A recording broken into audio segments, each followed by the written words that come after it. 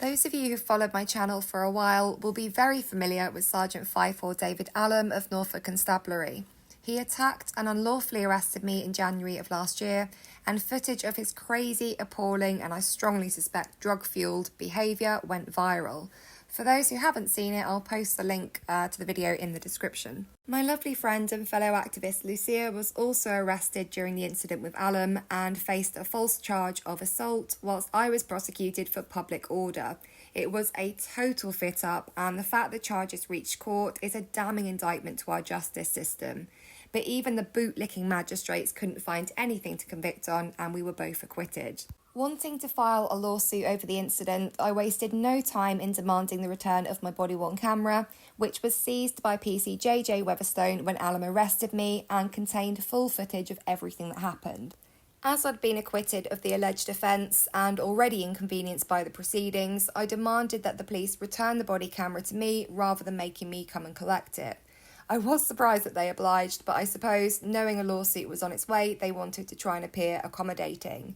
The task was assigned to old favourite Sergeant Christopher Clay, who obediently left the camera on my doorstep in December last year as requested.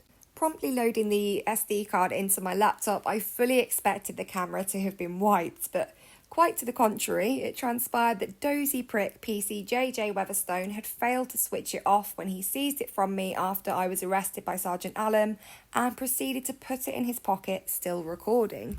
It was upon hearing the following bit of audio that I realised what happened.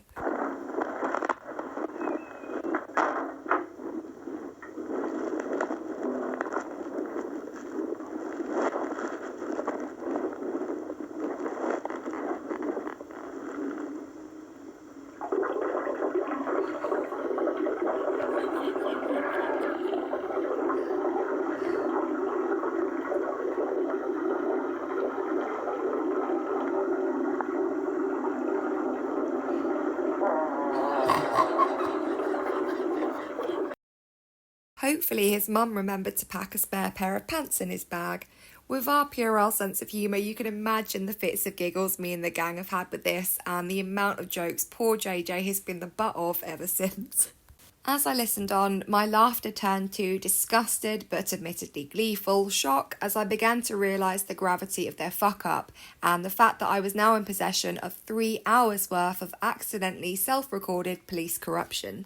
Anyone who knows anything about the police can imagine the content of their office banter, and thanks to JJ, I can now evidence police fitting me up with false charges, laughing about Allen pushing me off the step of the police station, making a slew of transphobic remarks, taking the piss out of other likely vulnerable members of the public, joking about another occasion Allen allegedly dropped a woman on her head and his general violent nature, calling me a fucking waste of space amongst other things, and one female officer even bragging about, and I quote, illegally searching IC3s being black people for those who don't know. Most of these vile conversations took place in what I believe to be the open plan office at Bethel Street Police Station and involved many different coppers, which shows how comfortable the police are in expressing their bigotry and hatred for the public, and that these attitudes are the norm in police culture. Not only does the footage prove the police are arrogant, nasty little playground bullies, but it's a colossal data breach as it's revealed the details of ongoing police investigations, details of both victims and alleged offenders, names, addresses, numbers, highly sensitive information that Norfolk Constabulary delivered right to my door. The fact it was JJ Weatherstone who failed to switch the camera off really is the icing on the cake, as he was involved in a previous set of malicious prosecutions against me which ended up being stayed on abuse of process and I'm now suing for. I hope he loses his job for this, along with Allen, who definitely comes out of this the worst, and all of the others who've shown how woefully unfit they are to have any kind of power at all. I've no doubt when I listen to the full 3 hours, I'll uncover plenty more, but the sound is a bit patchy in places as the camera was in an evidence bag and there is a lot of background noise. John Hagan is in the process of having the whole thing transcribed for my lawsuit arising from the arrest by Allen, but I'm certain if we could mute the background noise and enhance the voices, we could get the most out of it. So if anyone techie can help, please do let me know. I will be uploading the full footage at some point, but we'll wait to see if it's possible to enhance first, whilst of course retaining the original files so no one can accuse me of tampering. I'll also probably have to redact names, addresses, etc.